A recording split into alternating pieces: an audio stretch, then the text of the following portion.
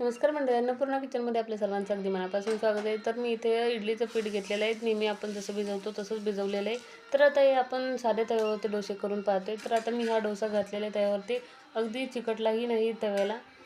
आणि आपण एक सॉफ्ट बनवून घेतलेला आहे. आता मी क्रंची पण डोसा बनवून घेते आहे. क्रंची करायचं असेल तर थोडंसं 2 मिनटं आपण पलटी लवकर करायचं नाही, त्याने क्रंची डोसा होईल. तर आता मी अजून एक डोसा बनवत आहे. तर आता तो स्माइली फेसचा बनवत आहे. लहान मुलांना कसे वेगवेगळ्या शेपचे जर आपण बनवून दिलं डोसे वगैरे काही असेल तर ते त्यांना आवडतं.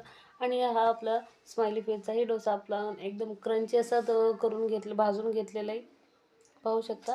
आता इथे मी चटणीसाठी मी अर्धी वाटी शेंगदाणे घेतलेले, त्याच्यामध्ये थोडंसं खोबरं घातलं आहे, सुकं खोबरं घातलेलं आहे, हिरवी मिरची घातलेली आहे आणि मीठ घालून मस्त असं बारीक असं वाटण करून तेल टाकून जिरी मोहरी टाकून मस्त अशी फोडणी द्यायची आहे. आणि तयार आहे आपली चटणी. रेसिपी आवडली असेल तर लाईक शेअर आणि सबस्क्राईब. धन्यवाद. नमस्कार मंडळी, अन्नपूर्णा